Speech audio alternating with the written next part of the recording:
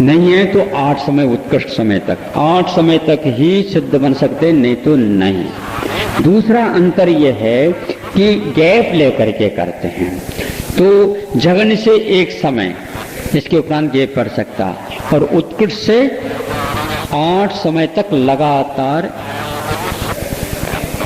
नहीं 6 महीने का अंतर पड़ जाता, 6 महीने का अंतर, क्योंकि 14वें गुणस्थान का अंतर, क्षपक श्रेणी का अंतर उत्कृष्ट रूप से 6 माह का पड़ जाता है। उस पटरी पर कोई जाएगा ही नहीं, क्षपक श्रेणी भी नहीं चढ़ सकती। अंतर संख्या एक साथ कितने से आ सकते हैं? एक साथ 108, कम से कम 1।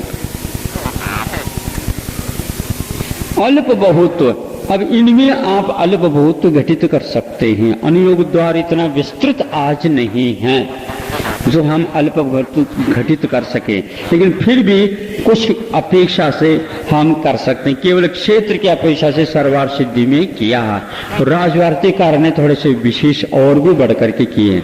अल्प बहुत जो अपने आप में बहुत महत्वपूर्ण अनुयोग द्वार है। क्षेत्र की अपेक्षा से जो लोक में से ही चले जाते हैं, तो मनुष्य लोक में से इत्यादि ऊर्ध्व लोक सिद्ध भी होते हैं, अधोलोक सिद्ध भी होते हैं, और मध्यलोक सिद्ध भी होते हैं। ऊर्ध्वलोक सिद्ध जो है कैसे होते हैं? तो कोई भी अपहरण करके चला गया, ऊपर से छोड़ दिया, नीचे तक नहीं आए, बीच में केवल ज्ञान मुक्त होकर के चले गए, इसको बोलते हैं ऊर्ध्व सिद्ध। फिर इसके उपरांत ये सबसे कम होते हैं, इससे संख्यात गुणी जो होते हैं वे अधोलोक सिद्ध होते हैं।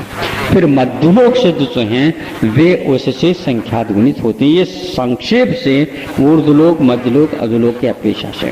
इसमें भी कि द्वीप में कौन शुद्ध होते, कितने शुद्ध होते हैं, और जल समुद्र में कितने शुद्ध होते हैं, इसका विभाग यदि कर लेते हैं तो जल शुद्ध जो हैं वो कम होते हैं और द्वीप शुद्ध जो ज्यादा होते हैं। इसमें भी यदि तुलना करना चाहें, जल सिद्धों में कि लवणोदधि में कम होते हैं और कालोदधि में उससे संख्यात गुणित हो जाते हैं। ये तो जल की बात हो गई। द्वीप की बात सोचते हैं तो उससे संख्यात गुणे जम्बूद्वीप से शुद्ध होते हैं, उससे भी संख्यात गुणे धात्की खंड से शुद्ध होते हैं, और उससे भी संख्यात गुणे पुष्करार्ध से शुद्ध होते हैं। इस प्रकार इस क्षेत्र की अपेक्षा से अल्प बहुत घटाया जाता है। इस प्रकार यह 10वां अध्याय आपका समाप्त हो गया। 10वां अध्याय वैसे संक्षेप से किया गया वही, क्योंकि निर्वाण कल्याण तो मना ही नहीं जाता। वैसे ही पंच कल्याण में सुनते हैं, निर्वाण कल्याण के लिए शुद्ध भक्ति कह करके पूर्ण कर दिया जाता है। अब शुद्ध हो गए और उन संवर और निर्जरा के द्वारा शुद्ध हो गए, उसमें कुछ है ही नहीं। ये 10 दिन आप लोगों ने इसका जो स्वाध्याय किया बहुत ही अच्छा लगा होगा आप लोगों को। कैसा लगा? ऐसे कह रहे हो क्या? तो फिर ऐसा कर लेना कि आज हम थोड़े से 1 मिनट के लिए आप लोगों को ये कहना चाहते हैं, यदि अच्छा लगा है और गति तो आप लोगों को आ ही गए और खूब लेखा जोखा रखते हैं, आप बहुत बड़े बड़े ऑडिट वगैरह करते रहते हैं, तत्व सूत्र तो 10 दिन भी निकल गया। इसलिए इसको बारीकी के साथ और अध्ययन या स्वाध्याय करना प्रारंभ कर दो। इसमें सब आ जाते हैं। तत्व जिज्ञासा होनी चाहिए, लेकिन उसका समाधान स्वाध्याय के बिना नहीं होता, या स्वाध्यायशील व्यक्ति से संपर्क नहीं करोगे तो जिज्ञासा शांत नहीं हो, और जिज्ञासा शांत नहीं हो तो आज के युग में बहुत ऐसी तर्कनाएं युक्तियां हैं जो कि तत्व मीमांसा को क्षति पहुंच सकती या हमारी धारणाओं को कमजोर बनाने के लिए वो कारण हैं। इसलिए उनसे लोहा लेने के लिए अथवा तत्व निर्णय को विशेष रूप से फैलाने के लिए स्वाध्याय आप लोगों को करना है। हम कुछ मांग तो नहीं रहे आपसे, आपका ही समय है, आपको ही सदुपयोग करना है। महाराज दुकान में जाते हैं, वो जाते तो अभी तो आए भी तो हैं आप दुकान जाओ आओ कोई बाधा नहीं, लेकिन गप्पा हाँकने की अपेक्षा से अपने जीवन में गप्पा हाँको तो ठीक नहीं है। तो आप लोग स्वाध्याय कर सकते हैं? हाथ उठाए देखेंगे, देख तो ले। हाँ, अरे बहुत हाथ उठ गए, बहुत अच्छा। ताली बजाइए आप। बहुत अच्छा कि तत्वमीमांसा के पेशश। और जब कभी भी आपको आवश्यक हो जाए वेना राज्य को आप पकड़ लीजिए, अच्छे ढंग से आपको वो शांत कर देंगे जिज्ञासा। और आगे क्या पढ़ना, कैसे करना, क्या करना, किताब वगैरह के प्रबंध सब होता चला जाएगा। स्वाध्याय आप करते चली जाइए, बहुत अच्छा होगा।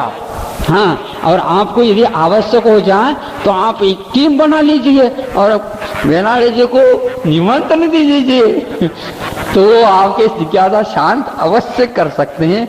ऐसा है हमारा। ये काय सर कर लो, फिर नींव ले लिया आप लोगों ने। हाथ उठाने का अर्थ नींव लेने के लिए कहा था।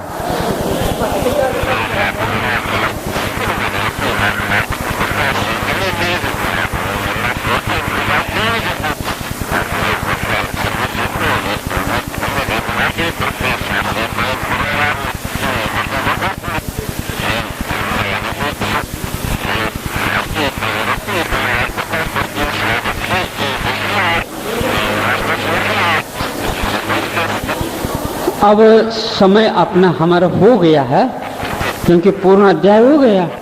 आप जल्दी जल्दी कर लो। अर्घ चढ़ाना तो चढ़ा दो, संक्षेप से चढ़ा दो, देर नहीं करेंगे।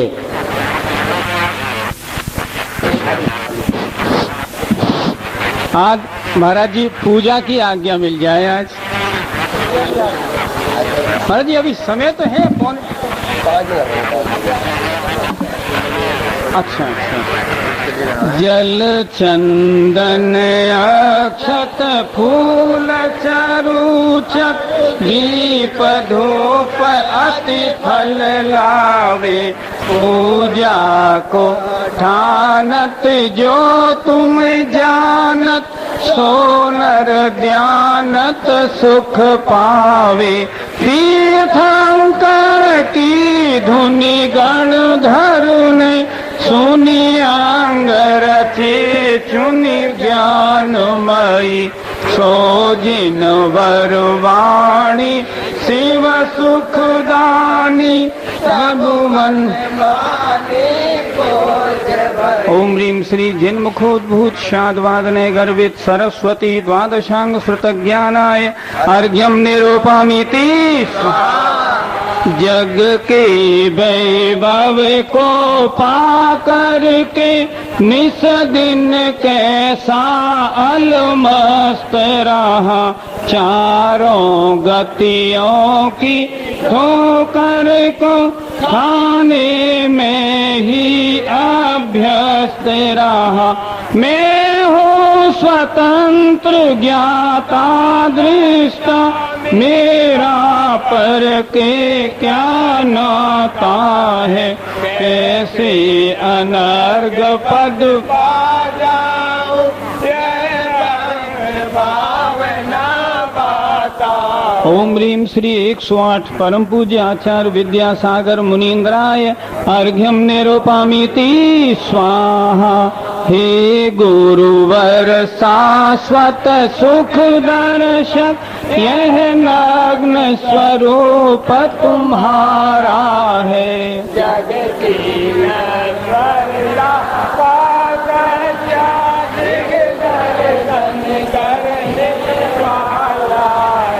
जब जग विषयों में रच पच कर गाफिल निद्रा में सोता हो, अथवा वह शिव के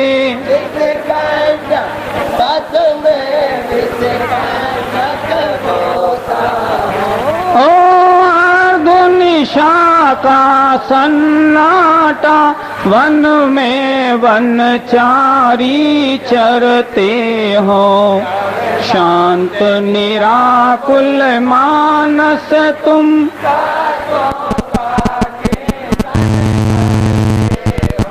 करते तपशैल नदी तट पर, तरु तल वर्षा की झड़ियों में, तारस पान किया करते, सुख दुख दोनों ही घड़ियों में। अंतर ज्वाला हरती वाणी, मानो झड़ती हो फूल झड़िया, बंधन तड़ तड़ टूट पड़े, खिल जावे अंतर की कलिया। तुम्हें सादानी क्या कोई हो, जग को दे दी जग की निदिया। रात लुटाया करते हो सम सम की, हे निर्मल देव तुम्हें प्रणाम, हे साग आगम प्रणाम।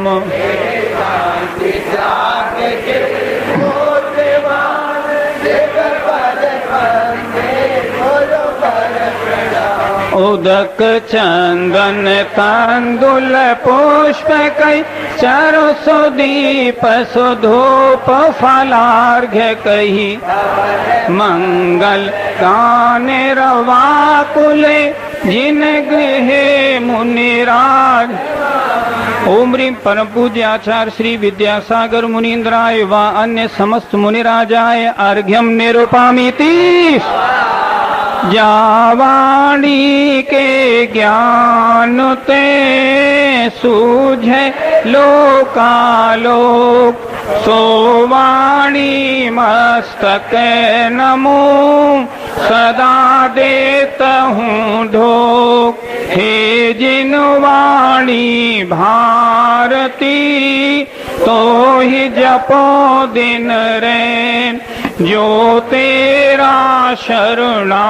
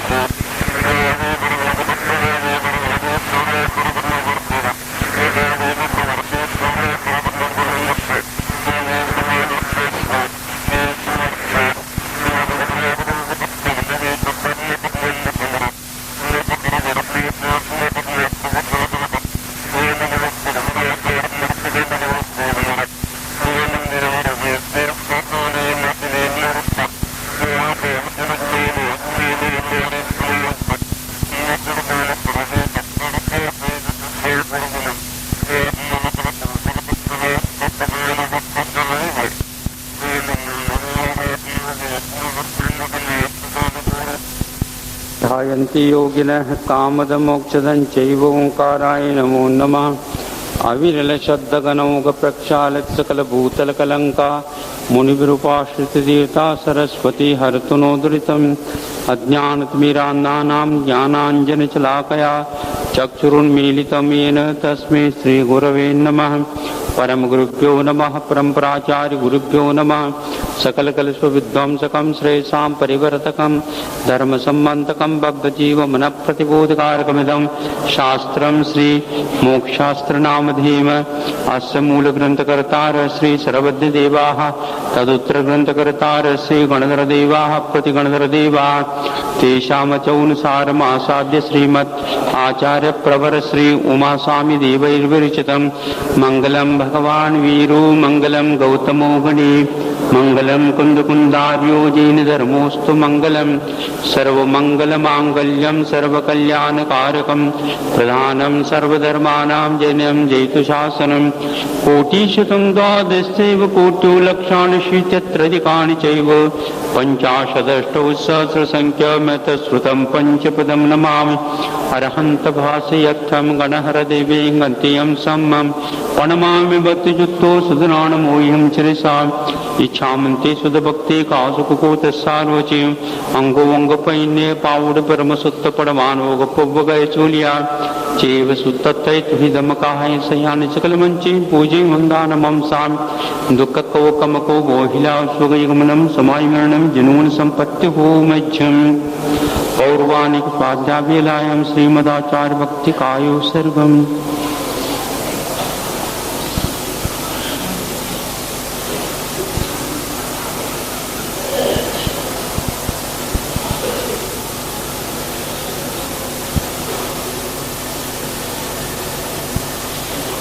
पौरगेभ्य स्वपरमतविभावना पटुमतिभ्य सुचरित तपोनिधिभ्यो नमो गुरुभ्यो गुणगुरुभ्य। छत्तीसगुण समज्ञे पंचविहाचार करण संदर्शे शिष्यानुग्रह कुशले धम्मायिरे सदा वंदे। गुरुवत्य संजमेनिय तरंत्य संसार सायरं घोरं छन्नन्त्यर्थकमं यमन मरणमन पाविन्ते। ये नित्यमृतमन्त्रो निरता ध्यानाग्निहोत्राकुलाः षट्कर्मावृतास्तपोदनन्दना साधु क्रिया साधवः। शीलप्रावरणा गुणप्रहरणा चन्द्रार्कतेजोदिकाः मोक्षद्वार कपाटपाटनवटा प्रीणन्तु मां साधवः। गुरुवः पान्तु नो नित्यं ज्ञानदर्शननायकाः चारित्रार्णव गम्भीरा मोक्षमार्गोपदेशकाः। इच्छामन्ते आयुर्भक्ति काशुकुकोतस्सालोचीं सम्मनान् सम्मदंसं सम्मचर्युत्थानं पञ्चव्याचाराणम् आयराणम् आयरादिसुधराणमुदेशानम् उवध्यायनं तिर्यनुगुणपालयानं सवसाहूनं शयानि सकलमञ्चीं पूजे मुन्दानमं सामि। दुःखकोकमको मोहिला सुगयुगमनं समायमरणं जनून सम्पत्तिहो मध्यम्। मोक्षमार्गस्य नेतारं भेतारं कर्मभूभृतां ज्ञातारं विश्वतत्त्वानां वन्दे तद्गुणलब्धये। संवर और निर्जरा का कथन 9वें अध्याय में हो गया और निर्जरा और संवर ये मुक्ति के कारण होते हैं। मुक्ति होने से पूर्व में एक अनिवार्य कार्य होता है, उसको उमा स्वामी महाराज पहले बताना चाहते हैं। वह है मोह क्षयात ज्ञान दर्शनावरणांतराय क्षयाच केवलम।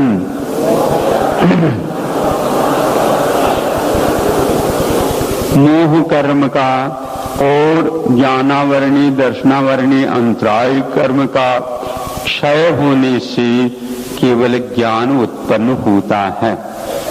सूत्र में 2 बार विभक्ति तोड़ी है, हेतुवाचक दिया है।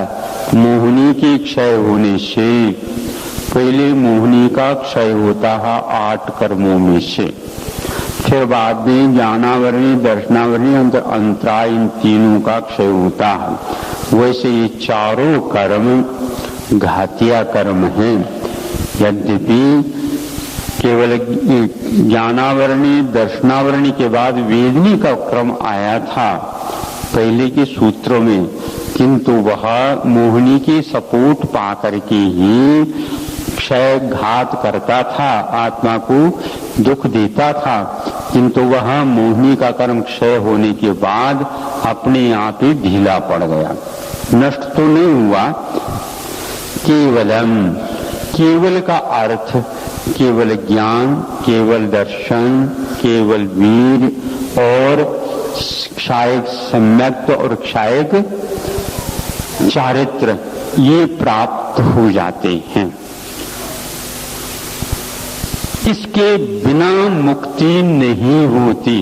भले अंतर्मुक्त हो करके मुक्त हो जाए, लेकिन इसके बिना मुक्ति नहीं, ये पहले हो जाती है।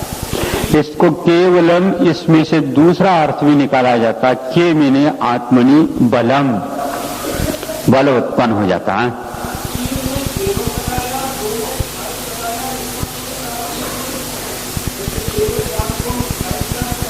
हाँ, तो वही केवल ज्ञान तो क्षायक है ही। क्षायक नीचे और भी कह रहे हैं, क्योंकि ये क्षायक चारित्र हो गया, उसके साथ तो वो भी है ही, उसके बिना तो संभव ही नहीं।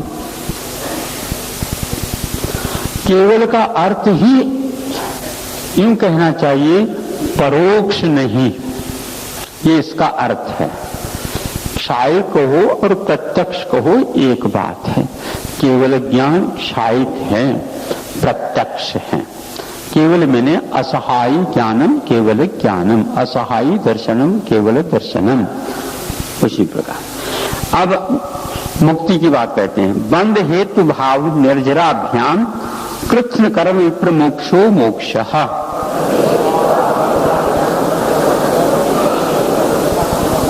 मोक्ष किसको बोलते हैं?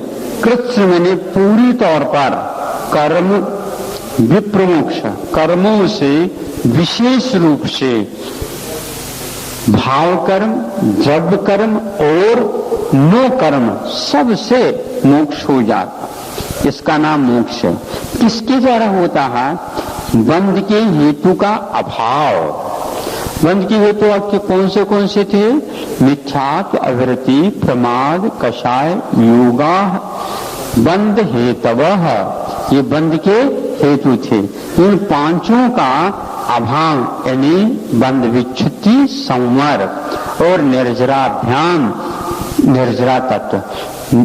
संवर जो कर्म बंधते रहते हैं उनको रोकने का अर्थ है। जिन भावों के द्वारा बंधते हैं उन्हीं भावों के द्वारा जो बद्ध कर्म है उनका आत्मा से एक देश झड़ जाना। इन दोनों यदि मिल जाते हैं और पूरे तौर पर मिल जाते हैं तो मुक्ति हुए बिना नहीं रहती। औपशमिकादि भव्यत्वानांच, जिस प्रकार कर्म, नो कर्म और भाव कर्म इनका अभाव बताया, उसी प्रकार और भी बात बताते हैं। औपशमिक भाव का, क्षौपशमिक भाव का, औदयिक भाव का और भव्यत्व भाव का आदि का भी अभाव होना अनिवार्य है।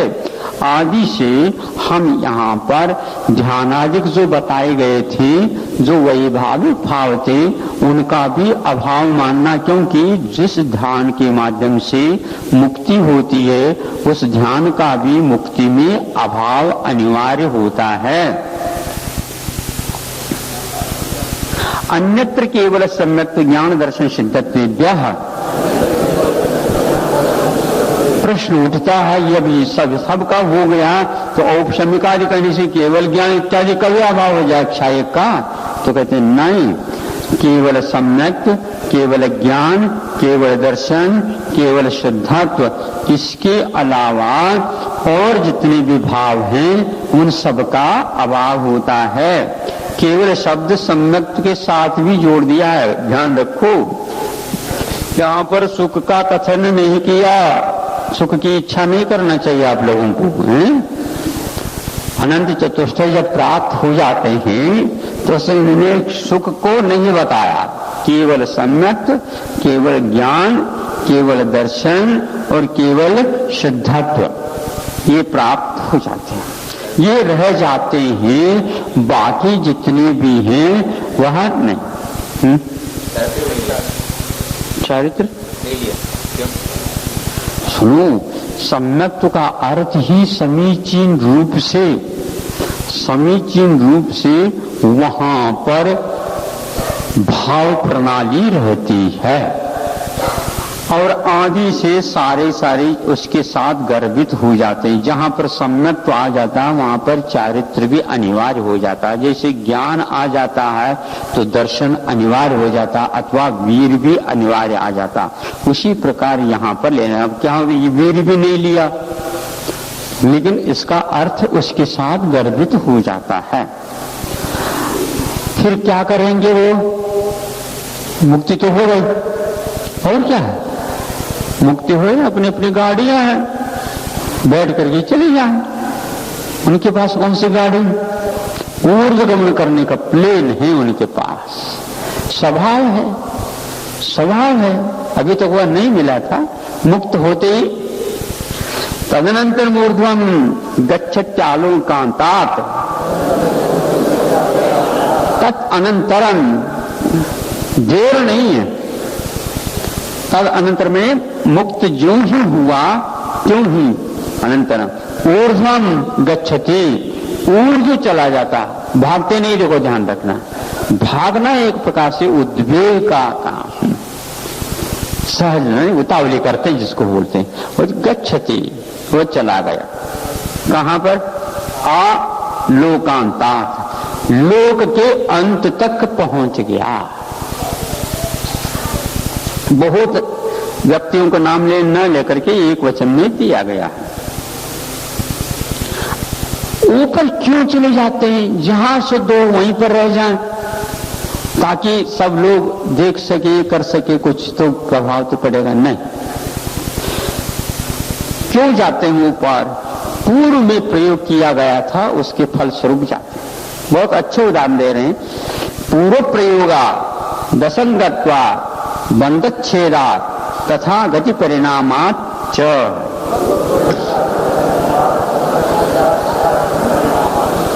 चूंकि पूर्व में प्रयोग किए थे। पूर्व में कौन से प्रयोग किए थे?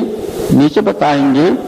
पूर्व में ध्यान का प्रयोग किया था चतुर्थ शुक्ल ध्यान के माध्यम से, उसमें यही होता है। असंगत्वात्, चूंकि बंध छूटने के उपरांत, परिग्रह छूटने के उपरांत वह ऊपर की ओर ही जाता है। बंधच्छेदात्, बंध आटो कर्मों का बंधन छूट गया, परिग्रह का अभाव हो गया। तथा गति परिणामाच्च, अथवा यूं कहो उसी रूप में उनका गति होना परिणाम स्वभाव है। ये नियम है, ये तिरछे फिरछे नहीं जाता। अंत में उन्होंने तथागति परिणामाच्य कहा। इस प्रकार गमन होना उसका स्वभाव है। उस जैसे नीचे बता रहे हैं, आविद्ध कुलाल चक्रवत व्यपगत लेपालाभवत देरंड बीजवत दग्नि शिकावाच।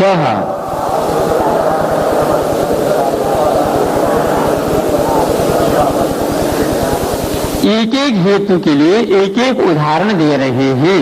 पूर्व प्रयोगात इसके लिए उदाहरण दिया जा रहा आविद्ध यानी घुमाया हुआ, जो कुंभकार का चाक होता है घुमाता ही रहता है क्या, तो घड़ा का ही बनाएगा वो, पहले घुमाता है फिर उसकी गति और 10-15 मिनट रह जाती है। तो ऐसी स्थिति में उसको बोलते हैं आविद्य कुलाल समान। व्यपगत लेपालाभवत, व्यपगत मैंने निकल गया है, लेप किसके ऊपर से, अलाबू फल होता जिसको तुम भी बोलते हैं, जो तैरने के काम में आ जाता है। वह हमेशा हमेशा पानी के सतह पर तैरती रहती है, सूखी गीली नहीं। हाँ, गीली तो तैर नहीं सकती किंतु सूखी तैरती है, तो सूख जाता है, तो वह जब उसकी उम्र हो जाती है तो सूख जाता है, तब वह इस प्रकार बनता है। तो लेप करके पानी में उसको मान लो डाल दो सूखी को, तो नीचे की ओर चली जाएगी, वो बढ़ जाएगी। लेप जैसे जैसे निकलता चला जाएगा कीचड़ का, वैसे वैसे वो ऊपर आ जाएगा। तो यह असंगत्वात्, संग मैंने परिग्रहता, वो परिग्रह के कारण नीचे की ओर जाते हैं। क्या सुन रहे हो, हैं? परिग्रह को रखेंगे तो भारी पाल्टी होगी, दुनिया में भारी पाल्टी होनी चाहिए, है ना?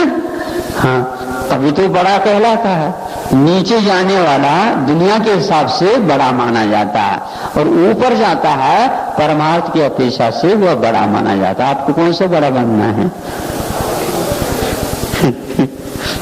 पूछ करके आना घर में से। अगले साल तो है, और क्या। एरंड बीज वक्त, और दूसरा उदाहरण, तीसरा उदाहरण क्या है, एरंड बीज के समान। एरंड बीज एक फल होता है जिसको एरंड के तेल होते हैं ना, हाँ, एंडिया, तो वह फल लगा है पेड़ के ऊपर है, ऊपर रहता है। तो अब जब वो पक जाता है भीतर से, इसका मुख यूं खुल जाता है, यूं खुल जाता है, तो भीतर जो पका हुआ बीज है वो ऊपर चट से ऊपर चले जाता है। एरंड बीजवत ये कहा है। जब ये सारा सारा पक गए, कर्म पक गए, निकल गए, तो अपने आप ऊपर वो इधर उधर नहीं घूमता। एरंड बीज के इन्होंने उदाहरण दिए, अच्छे उदाहरण हैं। अग्निशिखावच्च, अब तथापति गति परिणामाच्च, ये जो उदाहरण दिया, इसके लिए उदाहरण दिया है अग्नि के शिखा की भांति। अग्नि तो अग्नि जानते हैं, शिखा मतलब उसके लपटे हैं। दीपक की लो देख लो, दीपक की लो तिरछा नहीं जाती, हवा के कारण अलग वस्तु, किंतु स्वभाव से वो ऊर्ध्वगमन ऊपर की ओर ही जाते। उसी प्रकार आत्मा का भी स्वभाव बंधन से रहित हुआ नहीं, वो ऊपर की ओर ही जाता। इन उदाहरणों के माध्यम से उन हेतुओं को उन्होंने पुष्ट बनाया है। हाँ, असंगत के लिए इन्होंने कि परिग्रह छूट रहा है ये दिया है, और बंध जो है कर्मों का जो एक प्रकार से स्थिति थी उसके लिए दिया है, अथवा यूं कहे तो शरीर का उड़ जाना, समाप्त हो जाना, लेप जो कुछ भी है उसके साथ सारे ले लो, वो सब संग माना जाता है। संग मैंने परिग्रह। नो कर्म का भी आप ले सकते हैं, वो संग माना जाता है। और सारे लेप यदि निकल गए संग का, परिग्रह का, तो निश्चित रूप से पूरा का पूरा निकल जाएगा। ये निश्चित बात है कि 8 कर्मों के साथ सब हो जाता है, लेकिन 9 कर्म भी अपने आप में कहा जाता है। ये संग संगे चलता है शरीर, कर्म और 9 कर्म, ऐसा दोनों का अभाव होना चाहिए।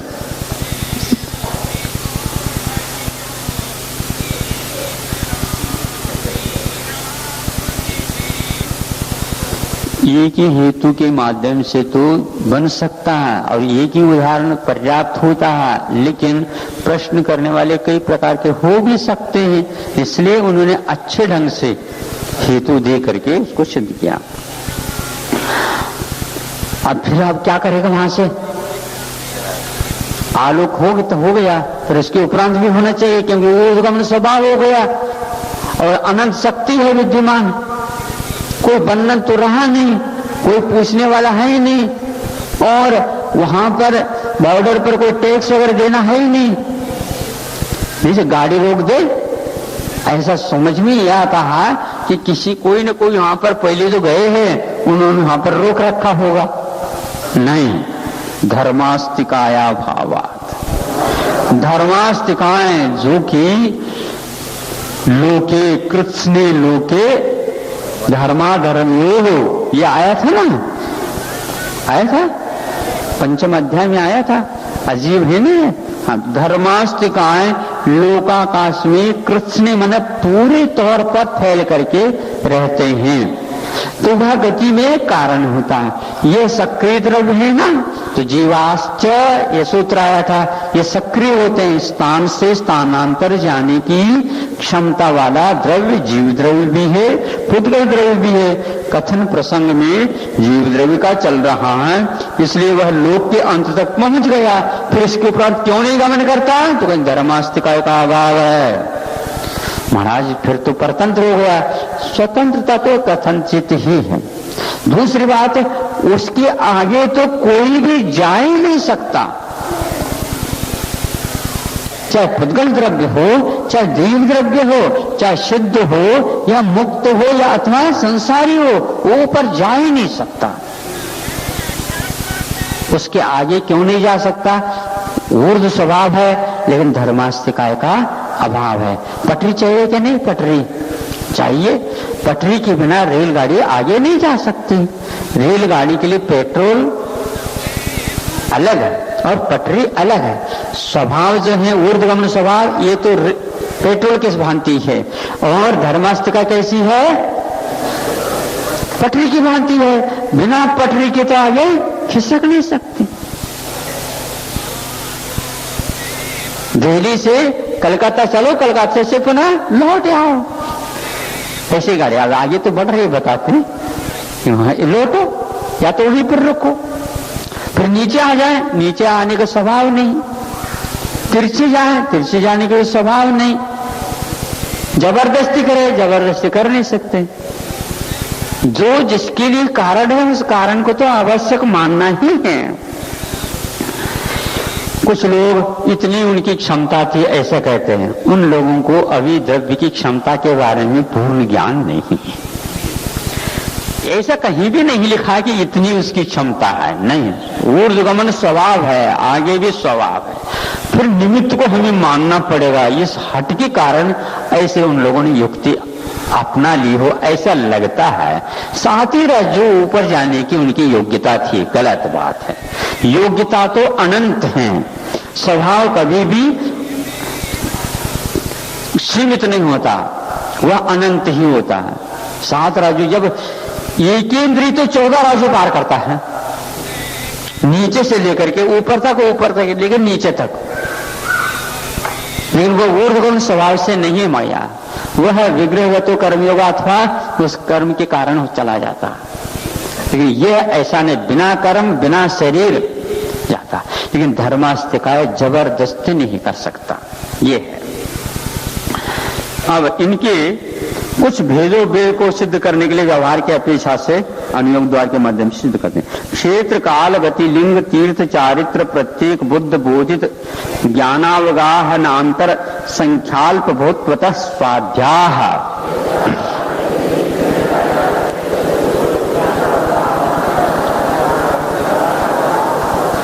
क्षेत्र की अपेक्षा से सिद्धों को कैसे हम सिद्ध करें? कौन से क्षेत्र में सिद्ध होते हैं? अपने आत्म क्षेत्र में ही सिद्ध होते हैं, सिद्ध क्षेत्र वही है। और व्यवहार से देखते हैं तो भरत, ऐरावत और विलेह इनमें ही सिद्ध, कर्म भूमि में ही सिद्ध होते हैं, जन्म के अपेक्षा से यहीं पर। किंतु संहरण या हरण हो जाता है, कोई भी वैदिक के माध्यम से उनको कहीं ले जा सकते हैं, तो ले जाएंगे वहीं पर उनको मुक्त हो सकते हैं। इसलिए मनुष्य क्षेत्र में यानी ढाई द्वीप में कहीं भी उनको मुक्ति मिल सकती है। बीच में समुद्र भी आ जाता है, उसमें भी हो जाएगा। कि क्षेत्र की अपेक्षा से काल कौन सा चाहिए? काल जो है एक प्रकार से चतुर्थ काल की परिणति चाहिए, उसके बिना नहीं। किंतु कभी कभी हुंडावसर अपनी अपेक्षा से तृतीय काल में भी मुक्ति होती है, जैसे वृषभनाथ भगवान को। ये विधेय इत्यादि में ऐसा नहीं होता है। विधेय में हमेशा चतुर्थ काल का ही परिणाम चलता रहता है, अथवा चतुर्थ काल में जन्म लेकर के पंचम काल में भी मुक्ति होती है, ऐसा भी कथन मिलता है। जम्बू स्वामी को कैसा हुआ था? मथुरा के पास रहते ना आगरा वाले, पूछो उनको, हैं? पंचम काल में हुआ था ना। अंतिम केवली वो अनुबद्ध केवली में जम्बू स्वामी अंतिम भगवान हैं, केवली हैं, और अनुबद्ध की अपेक्षा से दूसरा आता है काल। काल हो गया गति। अब मान लो भोग भूमि से चले गए, भोग भूमि उत्तम भोग भूमि से चले गए तो प्रथम काल में चले गए, मध्यम भोग भूमि से चले गए तो कौन सा? द्वितीय काल में चले गए, और जघन्य भोग भूमि से चले गए तो तृतीय काल से चले गए, कर्म भूमि में से चले गए तो उनको चतुर्थ काल से चले गए, ऐसा। और पंचम काल से भी जा सकते हैं, छठे काल में नहीं जा सकते।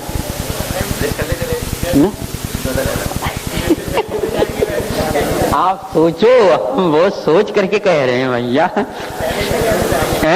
जहाँ उत्तम भूमि में पहला काल चलता है। अरे देव में देवों के संहरण के द्वारा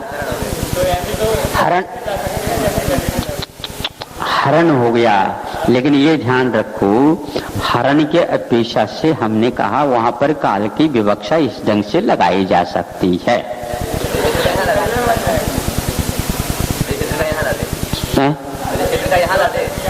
उस समय तो हम यहाँ पर रहेंगे नहीं तो कैसे कहें?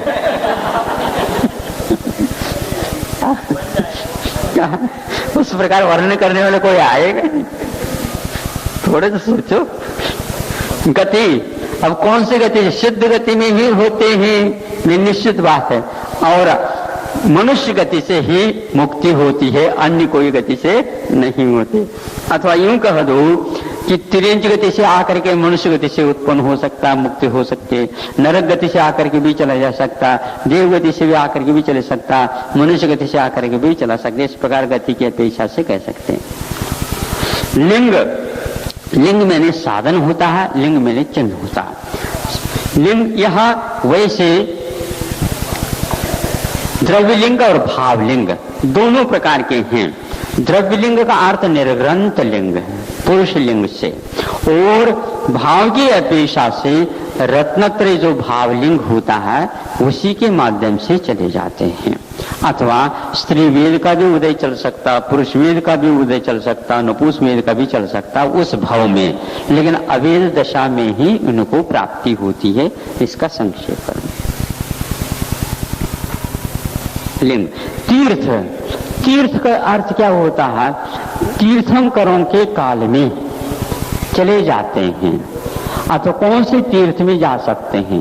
वह तीर्थंकर की उपस्थिति में जाते हैं या उनका तीर्थ काल जब तक चल रहा उसमें चले जा सकते हैं। इस प्रकार इनके विकल्प हो सकते हैं। ऐसे ये तीर्थों को ले लेना। चारित्र, कौन से चारित्र से?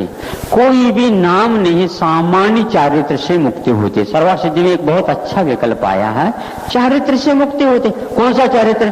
फिर बाद में हम कहेंगे, पहले तो सामान्य चारित्र से मुक्ति हो जाती। अव्यपदेश, अव्यपदेश का अर्थ कोई नामोल्लेख नहीं किया जाएगा, ऐसा। और फिर सामायिक सिद्धि स्थापना तो ये मुख्य तो रहते ही हैं, किसी को पर्याय सिद्धि होते भी और नहीं भी होते, सुख संप्राय भी होते। तो यथाख्या चारित्र जो साक्षात यथाख्या चारित्र के द्वारा ही मुक्ति होती है। प्रत्येक बुद्ध और बोधित बुद्ध दो प्रकार के, किसी किसी को उपदेश के माध्यम से मुक्ति होती है और किसी किसी को उपदेश के बिना प्रकृति को देख दाख करके स्वयं बुद्ध भी होते हैं, प्रत्येक बुद्ध भी होते हैं और बोधित बुद्ध भी होते हैं। स्वयं बुद्ध 24 भगवान में से वासपुज और महावीर ऐसे कुछ सुनते हैं। प्रत्येक बुद्ध में जैसे वृषभनाथ आदि आ जाते हैं। बोधित बुद्ध कोई नहीं होते तीर्थंकरों में, और वैसे सामान्य में तो कई व्यक्ति बोधित बुद्ध और प्रत्येक बुद्ध और स्वयं बुद्ध के रूप में चले जाते हैं। अवगाह यही आया था ना, बोधित ज्ञान। ज्ञान में ज्ञान तो एक प्रकार से केवल ज्ञान साक्षात तो रहता ही है। किसी को मति ज्ञान श्रुत ज्ञान के माध्यम से ही केवल ज्ञान उत्पन्न हो सकता, अवधि ज्ञान मन पर ज्ञान नहीं भी हो। किसी को मति ज्ञान श्रुत ज्ञान अवधि ज्ञान के माध्यम से केवल ज्ञान हो जाता, किसी को चारों के माध्यम से भी हो सकता। कुछ सुनने में आया है किसी को केवल मति ज्ञान रह जाए, श्रुत ज्ञान हुआ नहीं और केवल ज्ञान प्राप्त हो जाए, ऐसा भी आता है। जगन्य कितना रह सकता है इसकी बात तो उन्होंने कही रहे, नियम तो नहीं बताया उन्होंने। जगन्य इतना रह सकता है आचार वस्तु मात्र।